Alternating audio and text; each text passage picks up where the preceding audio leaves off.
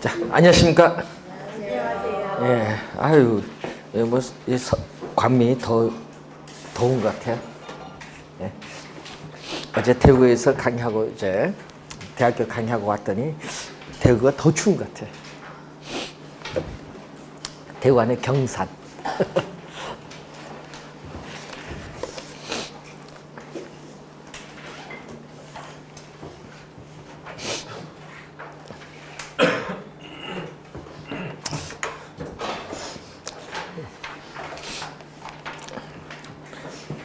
뭐 어제 뭐 법이 또 통과가 됐는데 또 3반기에 또 뭐 법을 통과시키려고 뭐 하는 것 같더라고요. 공인중개사법을. 그래서 어제 안 그래도 그 대학교 강의하면서 그쪽에 부동산 정책 심의위원회인가 그쪽에 뭐 얘기를 하면서 이렇게 나눠 보니까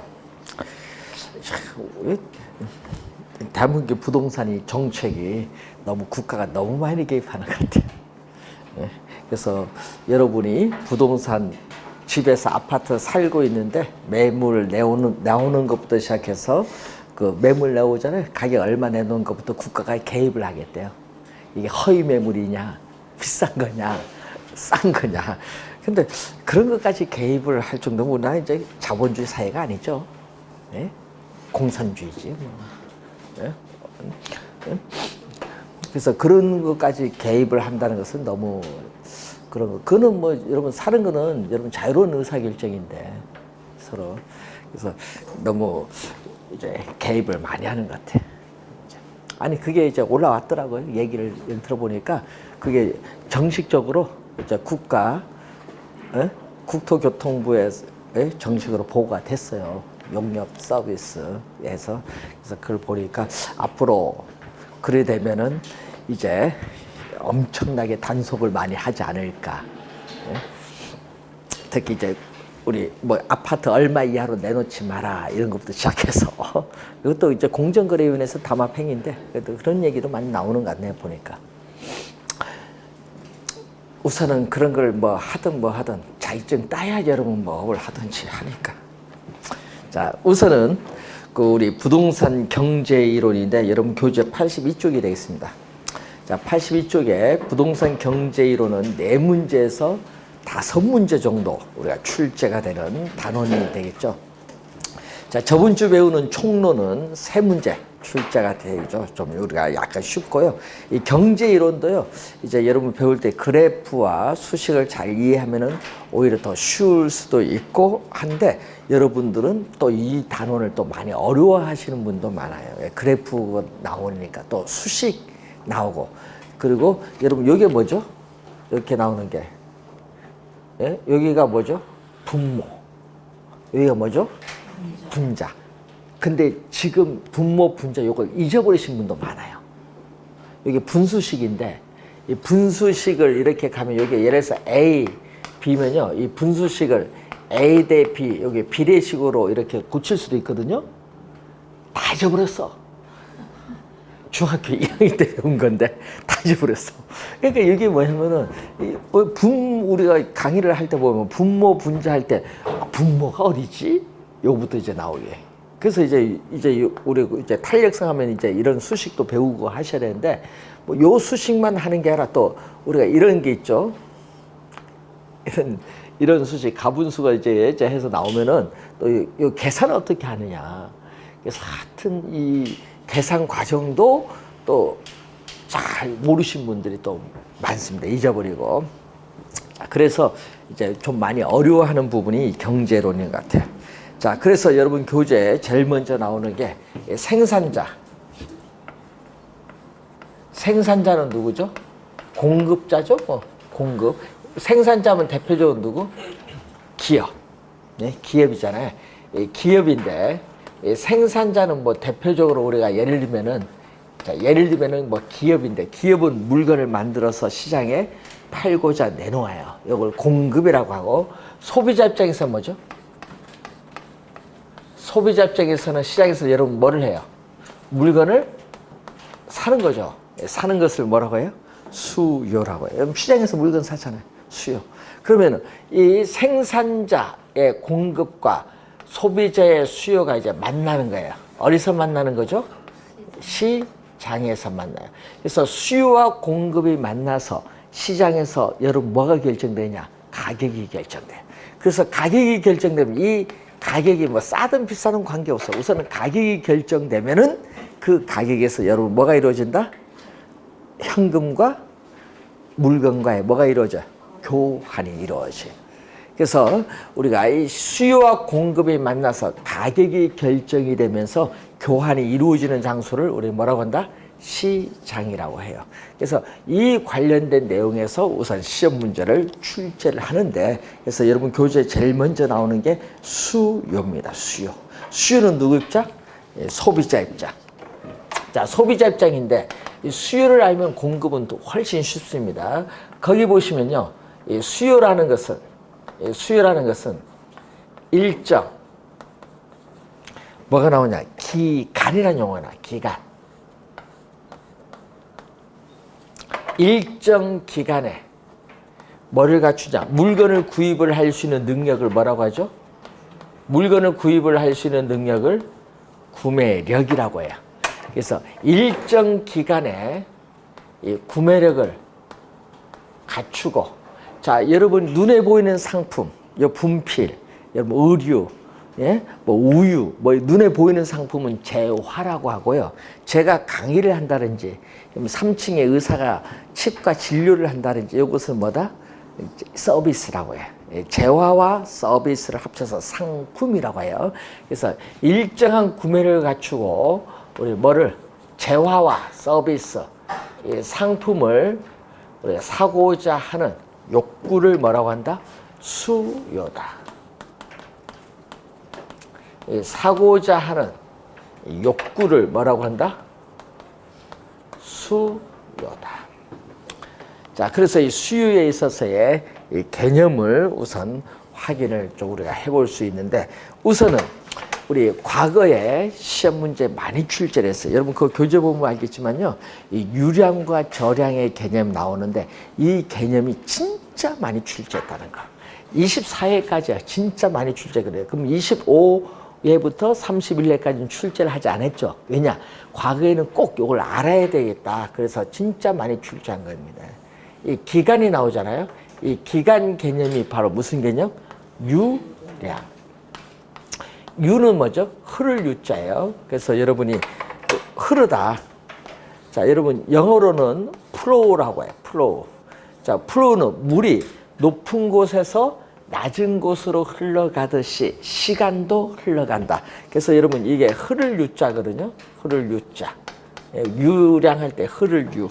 그러니까 시간이 흘러간다. 자, 시간이 일주일 흘러가면 뭐죠? 주. 한 달 흘러가면 월. 1년 흘러가면 연으로 표현돼요. 그래서 여러분이 여기 진짜 유량 이거 하면요, 잘 이해 안 되시는 분이 많은데, 왜냐면 이거 암기를 해서 그래요. 그래서 기간이 나오는데 하여튼 기간 들어가서 말이 되면은 아, 유량이구나. 말이 안 되면 뭐다? 저량이다. 이렇게 생각하시면 돼요. 그래서 유량 개념은 항상 뭐가 들어간다? 기간. 일정. 뭐가 들어간다? 기간. 그래서 이 기간이 명시가 돼야 돼. 네? 그래서 유량 개념은 이렇게 기간이 명시가 되어야 측정이 가능한 변수를 뭐라고 한다? 유량이다. 기간. 자, 그러면 여러분이 예를 한번 들어보면요, 소득이라는 게 있죠. 소득. 자, 여러분이 소득하면은 쉽게 얘기하면요, 소득 1,000만 원 하면 잘 몰라요. 소득 1,000만 원 하면 모르는데 연간 소득이 1,000만 원 하면 적어요. 느낌이. 근데 월 소득 1,000만 원 하면 많아 보이죠. 이렇게 월, 년이 들어가야 의미가 명확해져. 이런 개념이 무슨 개념? 유량이야. 기간이 명시되는 얘기. 소득. 자, 소득에 있어서의 그러한 개념입니다. 소득. 자, 그리고 이 소득도 있지만요, 그 우리 요즘 뉴스 보면 요즘 1월달 보면 나오는데, 작년도 우리나라 연간 주택 생산량 33만 채. 올해 뭐 연간 주택 생산량 40만 채. 연간이 나오잖아요. 그럼 연간이 나온다. 또 기간이 들어가잖아요.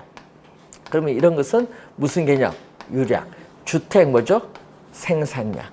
자, 주택 생산, 시험에 보면 연간 이런 게 안 나오거든요. 그냥 주택 생산량 나오지. 그래서 주택 생산, 연간 주택 생산량 40만 채 이런 식으로. 현재 시점 40만 채가 아니잖아요.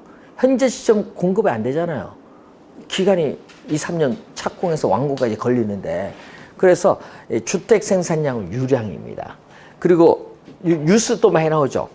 어떤 뉴스 나오냐 그러면 전년 대비 주택 거래량이 뭐 5% 감소했다 이런 얘기 나오잖아요. 전년 대비, 전월 대비, 분기별 주택 거래량 뭐 이런 얘기가 많이 나와요. 분기는 3개월이죠. 그래서 이런 건 주택 거래량도 무슨 개념? 유량. 주택 거래량도 우리는 유량 개념이다. 주택 거래량. 주택 거래량, 생산량. 이런 건 다 유량입니다.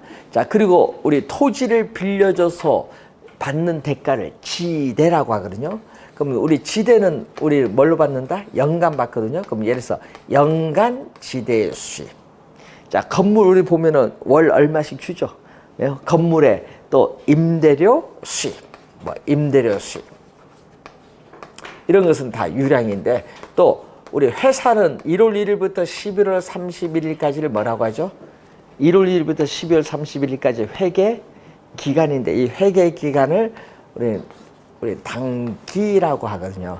그래서 부동산 투자 회사에 있어서의 당기 순 이익이 얼마냐? 당기 기간이에요. 기간 1년. 이런 것은 우리 다 유량입니다. 자, 또 1년 동안 수출 얼마 했느냐? 또 1년 동안 수입이 얼마 했냐? 수출량, 뭐 수입량 이런 것도 유량 개념. 이런 거 다 유량이에요. 예. 그래서 그런 게 있고, 여러분 또 우리 보면 신규가 있죠. 신규. 자, 여러분 아까 예를 들었잖아요. 주택을 착공해서 완공하기까지 몇 년 걸린다? 평균 3년 정도 걸리잖아요. 그러면 그러한 신규 주택 공급량 하면은 어떻게 돼? 신규 주택 공급량도 보통 이게 3년 정도 걸리잖아요. 기간이 들어가잖아요. 이것도 무슨 개념? 유량 개념. 유량 개념. 그럼 시험 지문에 보면 뭐 주택 생산량, 주택 거래량, 신규 주택 거래량 이런 게 막 나오거든요. 그럼 이건 유량이구나. 자, 요거 얘도 많죠. 뭐 기간 들어가는 거. 자, 그럼 유량과 더불어서 또 알아야 될 용어가 뭐가다, 여러분? 유량과 더불어서 알아야 될 용어가 저량. 네, 저량.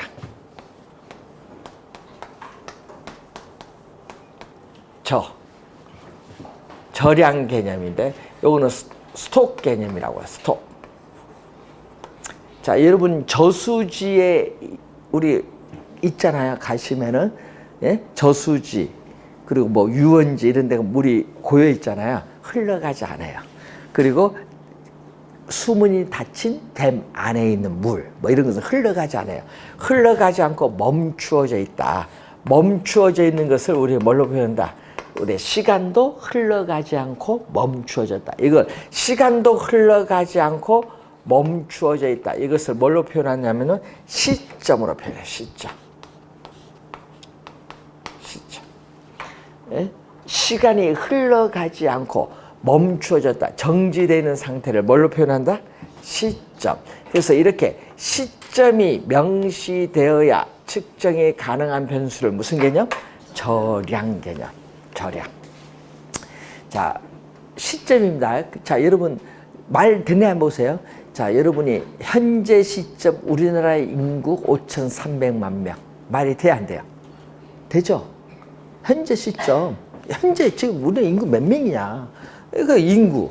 이 시험이 많이 나오잖아요. 인구. 자, 그리고 우리 뭐 숭례문 전에 한번 불탔나요? 우리 서울에 숭례문 불타면요, 그 시점에서 우리나라 국가의 재산이 줄어드는 거야. 막 나오거든요. 그러면 그게 뭐냐? 국가의 재산, 국부거든요. 현재 시점 국가의 재산이 얼마냐? 요즘 뉴스 많이 나오죠? 현재 시점 우리나라의 외채가 얼마냐? 현재 시점 우리나라 외환 보유액이 얼마냐? 그럼 현재 시점 우리나라 외환 보유액 뭐 3,400억 달러 뭐 이런 식으로 나오잖아요. 현재 시점. 근데 현재 시점 지금 돈 가지고 있죠. 우리나라 전체 풀린 돈이 얼마냐? 그걸 뭐라고 해? 현재 시점 전체 풀린 돈을 우리는 통화량이라고 하거든요. 통화량. 현재 시점 통화량이 얼마냐? 뭐 이런 건데. 자, 그러면은 여러분 우리 부동산 볼까요? 뉴스 보면 이런 게 나오거든요. 현재 시점 우리나라 주택 보급률, 현재 시점 우리나라 전체 주택 보급률이 103%다. 그럼 어떻게 돼? 103%다. 현재 시점. 이런 거 주택 보급률.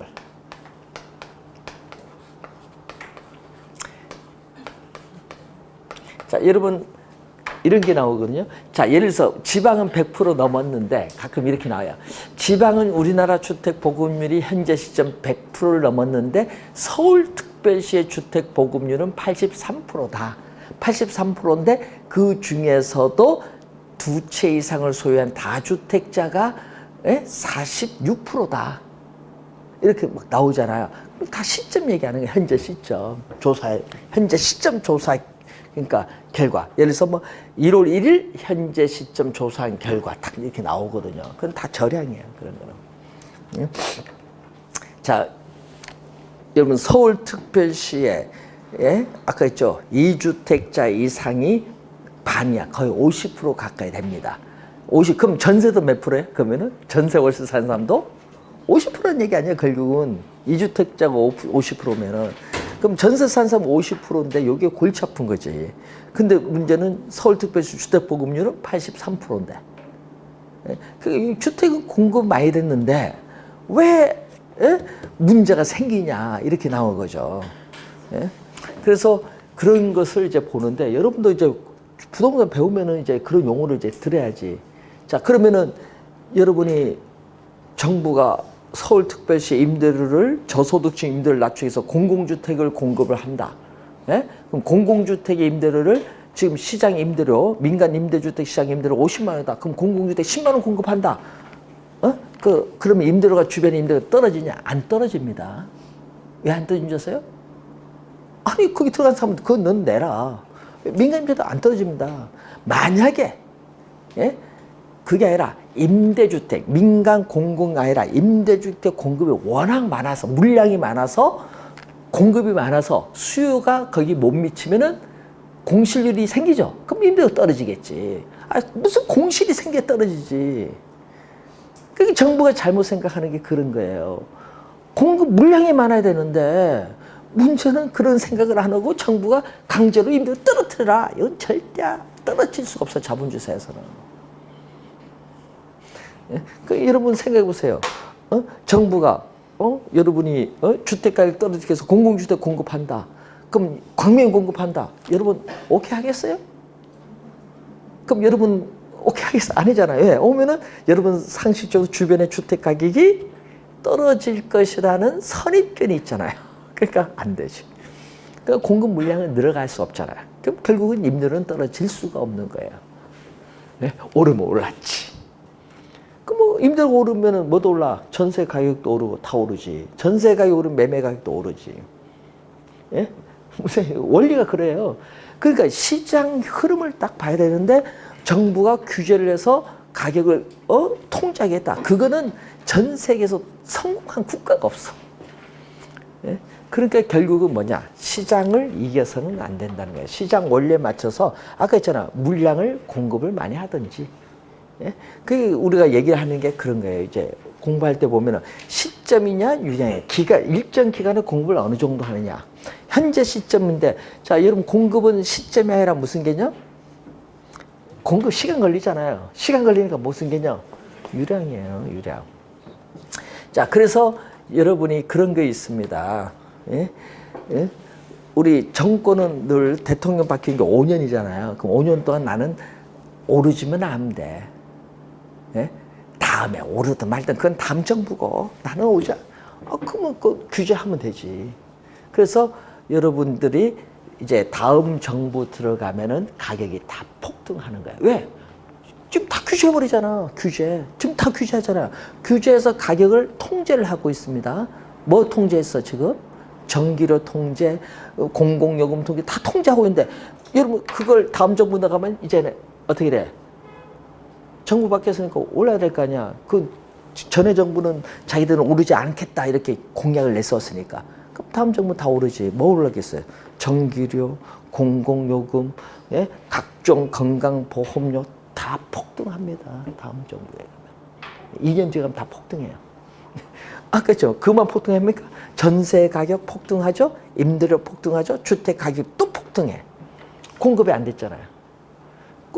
공급하고 해서 3, 4년 지나서 공급이 되는데 공급이 안 되면은 당연히 가격이 폭등하지. 왜? 수요는 증가하는데 공급은 3, 4년 걸리죠. 택지 조성해서 공급하면 또 5년 걸려요. 그러면 어떻게 그 5년 동안 가격은 가만히 있습니까? 폭등하지. 그래서 빨리 여러분 합격을 하셔야 되는 이유가 거기에 있는 거예요. 폭등할 때 거래를 해야지. 그리고 또 우리가 볼 때요, 여기 중요해 또. 현재 시점 광명시에 미분양 주택이 얼마가 되느냐, 현재 시점. 이러면 그게 뭐죠? 우리 주택 재고량이라고 해. 현재 시점 주택 재고량. 현재 시점 미분양 주택의 수가 얼마냐? 그럼 예를 들어서 현재 시점 미분양 주택이 많으면 어떻게 돼요? 수요가 증가도 미분양으로 해소가 되잖아요. 한번 미분양 사라. 그럼 가격이 많이 오를 수가 없어. 미분양이 많으면. 근데 문제는 미분양은 없고 수요는 많은데 공급을 하는데 뭐 몇만 대 1 나온다. 그러면 가격은 뭐 한다? 폭등을 하는 거죠. 폭등. 그런 거예요. 그러니까 항상 우리는 시장에서는 가격은 뭐에서 결정? 수요, 공급에서 결정되는 거예요. 이게 시장 원리예요. 항상 수요, 공급이에요. 정부 규제 요구하면 큰일 나. 가격을 정부 규제하면 가격 통제하잖아요. 그러면 나중에 부작용이 분명 생깁니다. 그래서 항상 여러분들은 수요 공급을 보고요. 자, 어떤 지역이다. 그럼 어떤 지역의 공급은 어느 정도 되는데 수요는 어느 정도 되냐. 이걸만 판단하면 돼. 그럼 수요가 많은데 20평 수요가 많으냐? 40평 수요가 많으냐? 이런 걸 판단해야 돼요. 그 지역에 신혼부부들이 많다. 그러면 그 지역은 여러분 30평이 좋겠어요? 20평 좋겠어요? 몇 평 좋겠어요? 그게 뭐 돈이 어디 있어? 신혼부부들이. 그러면 몇 평? 20평 이해하겠지. 그리고 그럼 거기가 전월세가 엄청 이게 1년에 한 번씩 막 쓰는 거야. 근데 가야지. 근데 뭐 여러분 50평 갔다. 그럼 그건요, 예? 10년에 한 번 거래야 할까 말까. 그러니까 망하는 거야. 망하지. 그러니까 넓은 평수 그런 거 망하는 거야. 그러니까 그래서 여러분 공인중개사 그런 마음을 여러분 알아서 공급할 때 넓은 평수도 한 100가구. 그러면 30평수 한 500가구. 20몇 평수, 10몇 평수 1000가구 이런 식으로 공급하는 거예요. 공급하는 이유가 있어요. 다. 공인중개사를 위해서.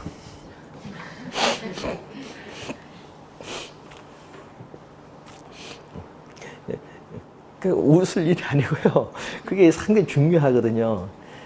우리 교수님, 민법 교수님 계시는데 옛날 농담 삼아 얘기했거든요. 민법 교수님 옛날 사시던 곳이 저기거든요. 강동구, 예? 거기 병원 하나 있어, 한방병원. 그 건너편 이제 사셨는데 현대 쪽에 그때 거기 이마트 쪽도 있습니다. 예? 근데 그때 당시에 거기 재건축한 아파트가 있습니다.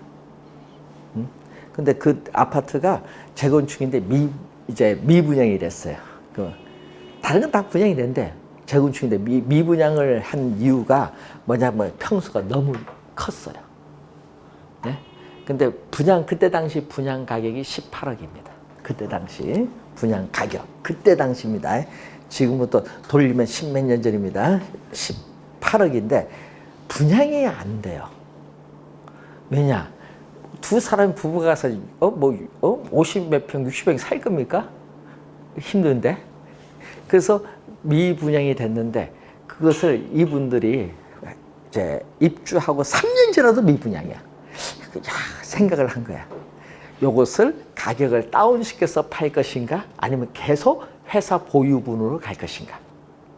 근데 이분들이 어떻게 돼요? 현금은 이거 돌려야 되니까 이제 그럼 팔자. 그래서 그 18억 분양 가격을 33평 있죠? 분양가 12억에 내놨어. 12억. 18억짜리 12억이 내놨어요. 그러면 팔릴까요? 네? 이게 중요한 거야. 우리 같으면 팍 살 텐데, 근데 문제는 이 사람들 요즘에 60평 하니까 고민 생각하는 게, 야, 요거 임대료, 관리비, 뭐, 여러 생각해서, 아, 우리 두 사람 가서 어떻게 하냐. 그래도 미분양이야. 10억 해도. 야, 그래서, 한 번은 얘기를 했지. 그 건설회사 분은. 아니, 그 가만 놔두시지. 왜 그래요? 좀 있으면 오를 텐데. 하니까, 왜 오릅니까? 아니, 수요는 많은데 공급 안 되면 당연히 오르지. 가만 놔두세요. 그거 한 3년 지나면요. 10억에 그 20억 넘게 팔립니다 해서 진짜 가만 놔뒀어. 나중에 언제 판지? 이제 딱 4년 지나서 얼마 판지? 25억에 팔렸습니다. 내가 그거예요. 수요 공급 원리인데, 그러니까 수요가 있나 없나 이게 중요한 거지. 공급 딱 됐을 때. 그래서 요즘에 또 신기하더라고요. 안 팔리던 게 또 팔리고. 요즘엔 또 이제 그런 게 이제 우리가 상당히 중요한데, 그래서 항상 볼 때 여러분은 어느 지역에 가서 볼 때는 미분양 주택이 있느냐, 주택 그 지역의 보급률은 어떻게 되느냐, 그 지역의 인구는 어떻게 되느냐, 이런 걸 잘 봐야 돼요. 인구가 유입이 되느냐, 인구가 빠져나가느냐. 유입되느냐, 빠져나가냐, 당연히 수요와 연결되겠죠. 그런 게 상당히 중요한 겁니다. 그래서 우리 시험 문제 과거에 여기 진짜 많이 냈어요. 유량, 저량. 그러니까 그러면 당연히 작년에도 출제를 유량, 저량이 아니라 요걸 출제했죠. 사고자 하는.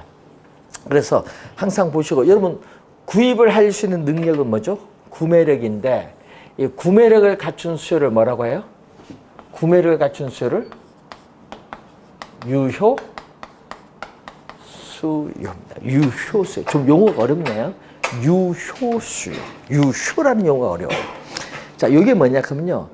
여러분, 당연히 여러분 부동산을 살 의사가 있어요, 없어요? 아니, 돈은 없어도 살 의사는 있지. 돈은 없어도, 저거는, 괜찮네. 살 의사는 다 있어. 예? 요거 없다. 그러면 요거는 뭐야? 큰일 날 사람들이고. 살 의사는 다 있어. 근데 문제는 뭐가 있냐? 이 살 의사를 다른 말로 욕구라고 해요, 욕구. 욕구는 있습니다.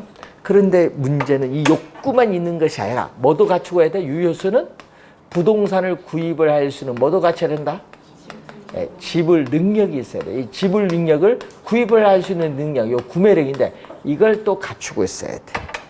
그래서 유효 수요라는 것은 쉽게 얘기하면은 부동산을 살 의사도 있고 뭐도 있다?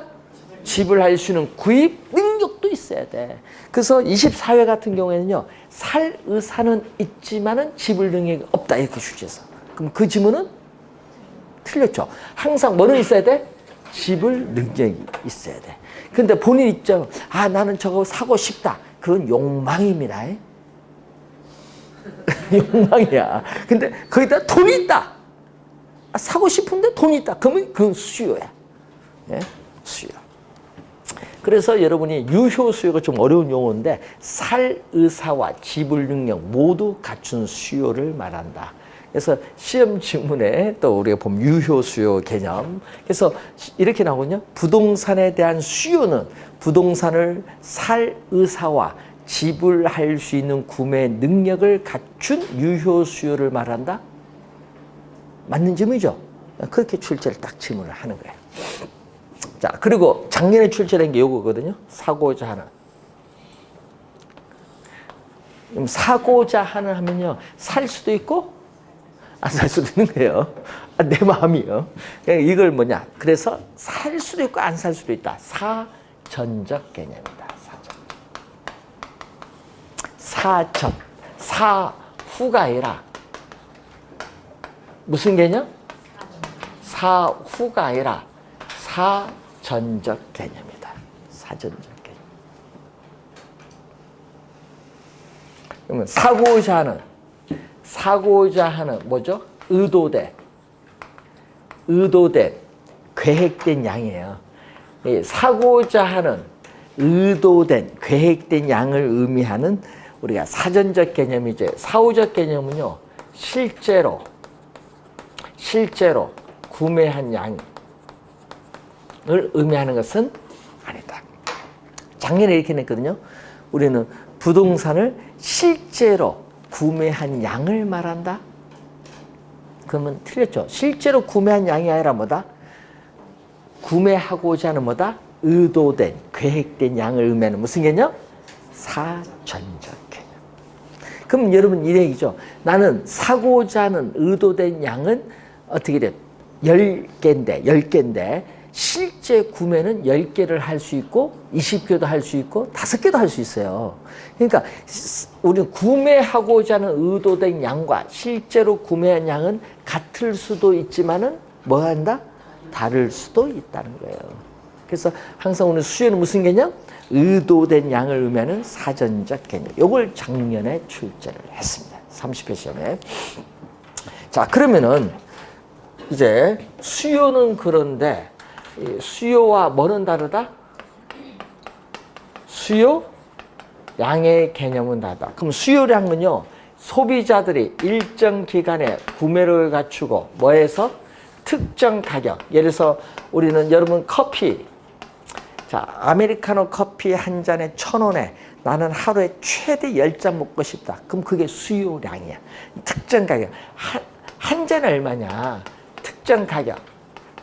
예? 그래서 주어진 특정 가격. 아메리카노 아까 커피 한 잔의 가격이 1,000원. 이런 식으로. 그러면 아파트 평당 가격 1,500만 원. 이런 특정 가격 순에서 상품을 사고자 하는 뭐다? 최대. 상품을 사고자 하는 최대 수량을 뭐라고 한다? 수요량이다. 그래서 수요량의 개념, 이걸 우리 출제를 하는 거죠. 21회 30페이지. 작년에 수요량의 개념이 우선 또 출제를 했다. 작년에.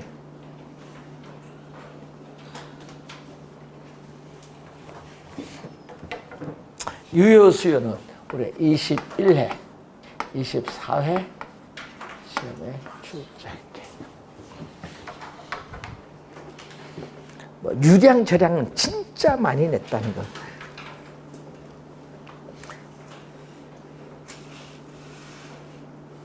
한 7번 나온 것 같아요. 유량, 저량. 17회 시험부터 나오기 시작해서 7번. 그러니까 여러분 이 기본적 개념 요걸 알면은 이제 공급은 훨씬 쉽습니다. 자, 그리고 여러분 항상 이 기본 개념을 잘 봐두셔야 되겠고, 자, 그다음에 여러분 교재 84페이지로 가시면은 잠재적 수요가 나와요. 자, 여러분 유효 수요를 배웠잖아요. 그럼 잠재적 수요는 뭐냐? 여러분 우리 부동산에서 왜 요걸 공부를 해야 되냐면 잠재적 수요는요. 부동산을 구매할 살 의사는 있어요. 그런데 뭐는 없다? 살 의사는데 현재 부동산을 구입을 할 수 있는 지불 능력은 뭐다? 없어. 요게 없는 거야. 요게 없는 거야. 그러니까 지불 능력이 없으면요. 현재는 유효 수요는 아니에요. 지불 능력이 없기 때문에. 그런데 앞으로 조만간 지불 능력이 생길 수 있어. 그래서 앞으로 유효 수요가 될 수 있는 예비적 상태에 있는 수요를 무슨 수요? 잠재적 수요. 그러니까 살 의사는 둘 다 있지만 뭐 지불 능력에 차이가 있다는 걸 기억해 두시면 되겠네요. 나중에 시험 내면요 왔다 갔다 합니다. 그래서 우리 건설업체는 부동산 공급할 때는 뭐를 고려해야 돼? 앞으로 지불 능력이 생길 수 있는 잠재적 수요까지 고려를 해서 공급을 결정해야 돼. 왜? 공급에 뭐가 있기 때문에? 시차가 있기 때문이에요. 그래서 잠재적 수요라는 용어 하나 기억 좀 해두시고, 자, 여러분 교재 80 우리가 8페이지로 이제 88페이지 가야지. 거기 80 우리가 5페이지 밑에 수요의 법칙이 나와요.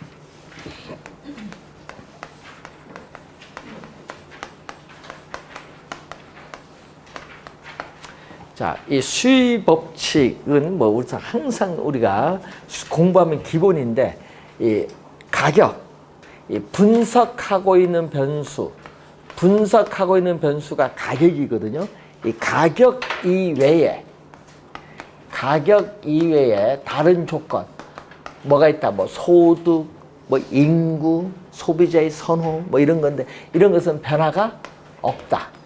일정 불변. 여러분 일정 불변은 변화가 없다. 고정돼 있다. 이 가격 이외에 다른 조건들은 아무런 변화가 없다. 고정돼 있다. 일정 불변. 변화가 없다. 단지 뭐만 변한다? 가격. 그럼 아파트 시장하면은 아파트 가격. 그럼 커피 시장하면은 커피 가격. 우리가 식빵 시장하면 식빵 가격. 하여튼 해당되는 상품 가격만 변해요. 항상 가격이 변하는데 가격이 오르면 어떻게 돼? 자, 여러분 소득은 자, 여러분 매월 들어오는 월 소득이 300만 원이다. 300만 원 변화가 있어 없어요? 자, 매월 들어오는 소득 300만 원 변화가 없습니다. 소득은 그래서 변화가 없는데 가격이 오르면 어떻게 돼? 소득은 변화가 없는 상태에서 가격이 오르면 소득은 변화가 없잖아요. 가격이 오르면 소비자들은 이전보다 그 상품 소비 줄이겠죠? 이전보다 여러분 가격이 오르기 전에 5개 소비하다가 가격이 오르면 몇 개? 4개 소비하는 거예요. 소비가 줄어들어요. 그래서 가격이 오르면 비싸잖아요. 가격이 오르면 비싸니까 이전보다 소비자들은 상품 소비를 뭐 한다? 줄여요. 수요량을 뭐 한다? 줄여요. 가격이 하락하면 싸죠. 가격이 하락하면 이전보다 뭐 싸잖아요. 이전보다 싸면은 나는 뭐 있다? 라면을 하루에 1개씩 먹던 걸 몇 개 먹는다? 2개 먹을 수도 있거든. 그래서 수요량은 뭐 한다? 증가합니다.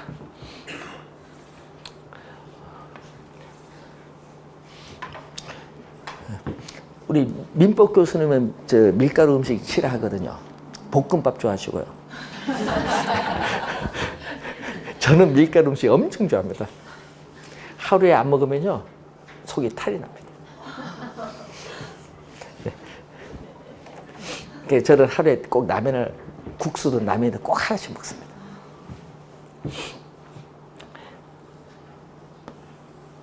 근데 이게 상당히 중요한 것은요. 화살표 우리 경제는 화살표만 보세요.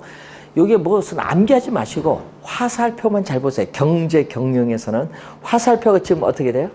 가격과 수요량 사이의 관계 변동이 어떻게 화살표의 변동 방향이 반대. 우리 경제에서 이게 화살표만 잘 봐야 돼. 반대로 변동하면 마이너스. 그럼 예를 들어서 같은 방향으로 변동하면 어떻게 돼? 이건 지금 반대고 같은 방향으로 변동하면은 플러스. 경제 경영 크게 중요해.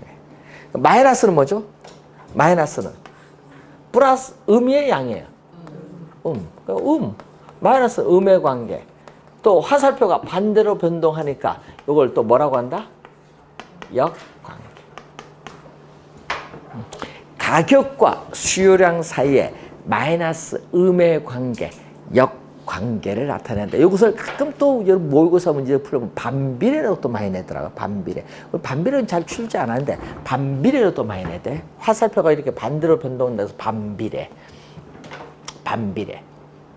그럼 같은 방향으로 변동하면 비례. 뭐 이런 식으로.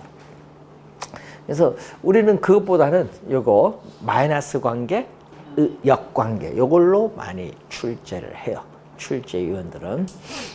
자, 그렇게 하시면 그럼 이 수의 법칙, 가격과 수요량 사이의 관계를 이렇게 그래프로 나타낼 수 있죠. 예?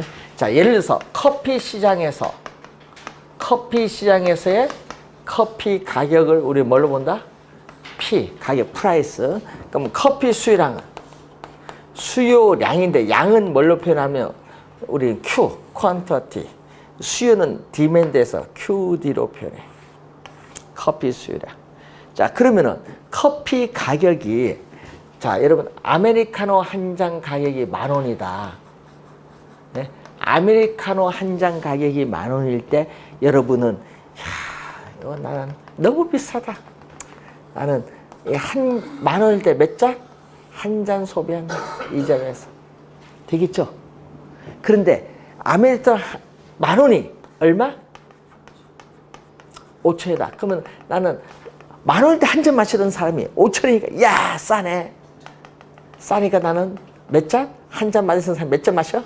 석 잔. 5,000원일 때는 석 잔. 되겠죠? 그러면 이것이 1,000원 내려오면 어떻게 돼? 1,000원.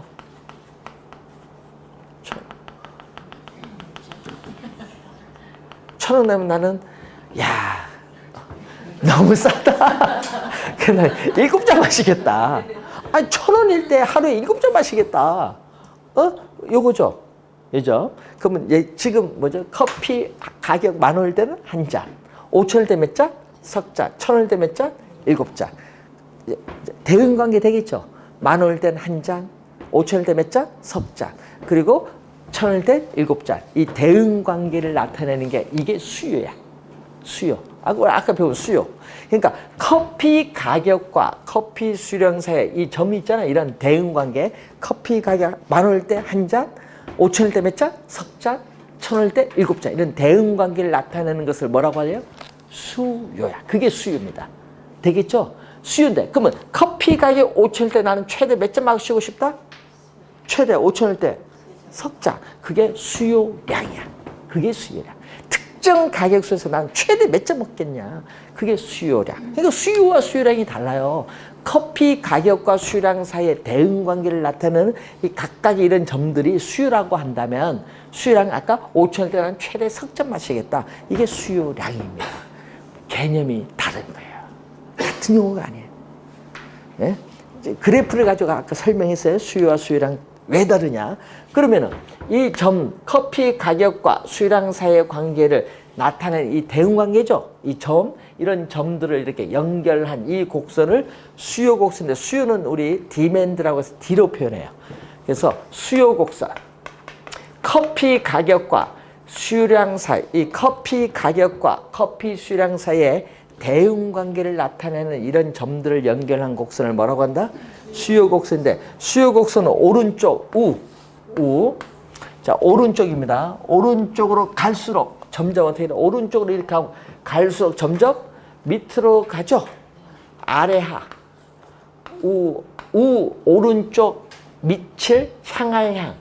자, 오른쪽 이렇게 밑을 향하는 곡선. 그래서 수요 곡선은 일반적으로 뭐 한다?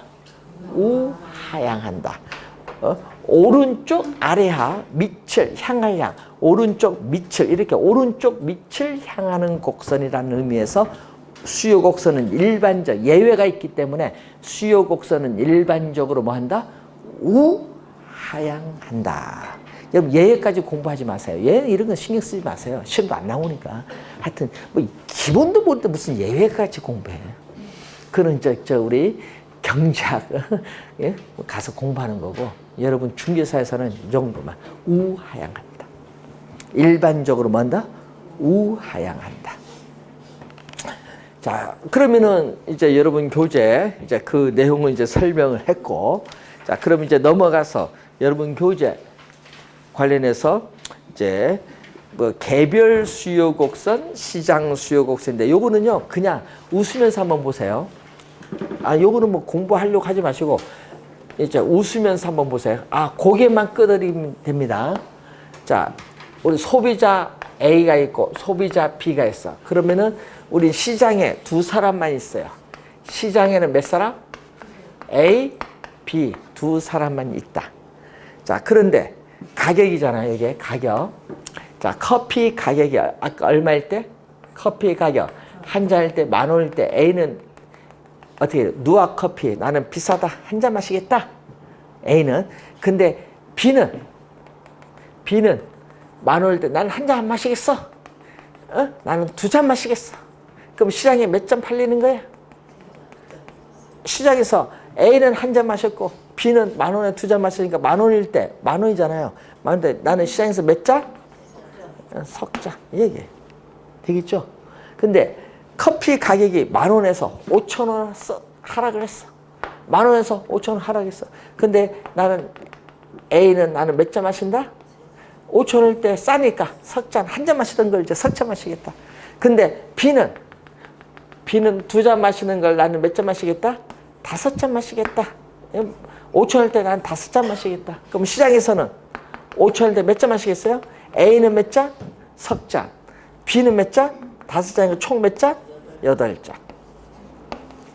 그러면 A 소비자의 수요 곡선은 커피 가격과 수요량 사이의 관계를 나타내는 이 두 점을 연결하면 요거는 A의 수요 곡선. 예? A 소비자의 수요 곡선. 요 두 점을 연결하면 요건 누구 곡선?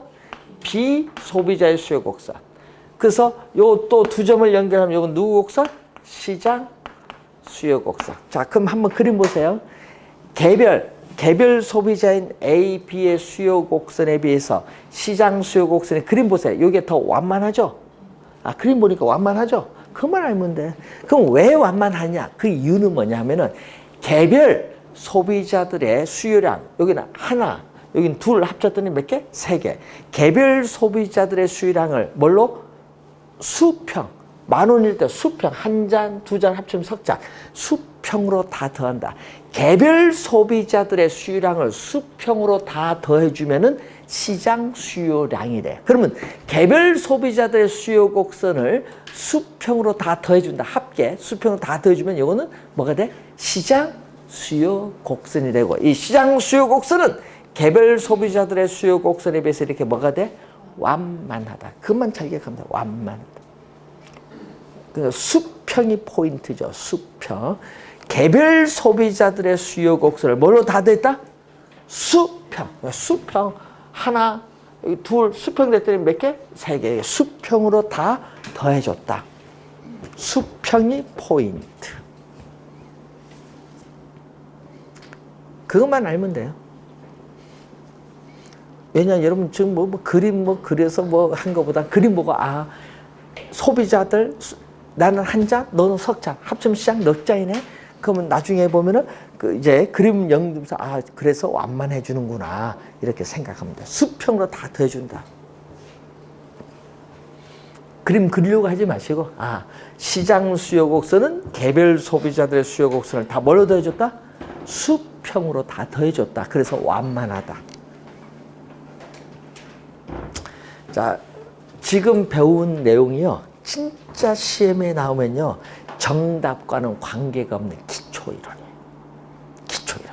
그럼 시험에 뭐 나온다? 이제 배울 여러분 교재 88페이지에 나오는 수요량의 변화, 수요 변화. 여기가 이제 여러분이 이번 시험 31회 출제가 되는 게 여기입니다. 뭐 29회도 나올 거예요. 작년 30회도 나올 거예요. 이번에도 또 내. 여러분, 아까 했지만 공급은 시간이 경과인데 수요가 중요하거든요, 부동산. 그래서 수요량의 변화, 수요 변화 요거 안 낼 수가 없어. 그래서 거의 매년 출제하기 때문에 개념 잘 정리를 해 두셔야 됩니다. 자, 그래서 이 내용 중요하죠? 시험에 나오니까 이 내용은 잠시 쉬고 설명하겠습니다.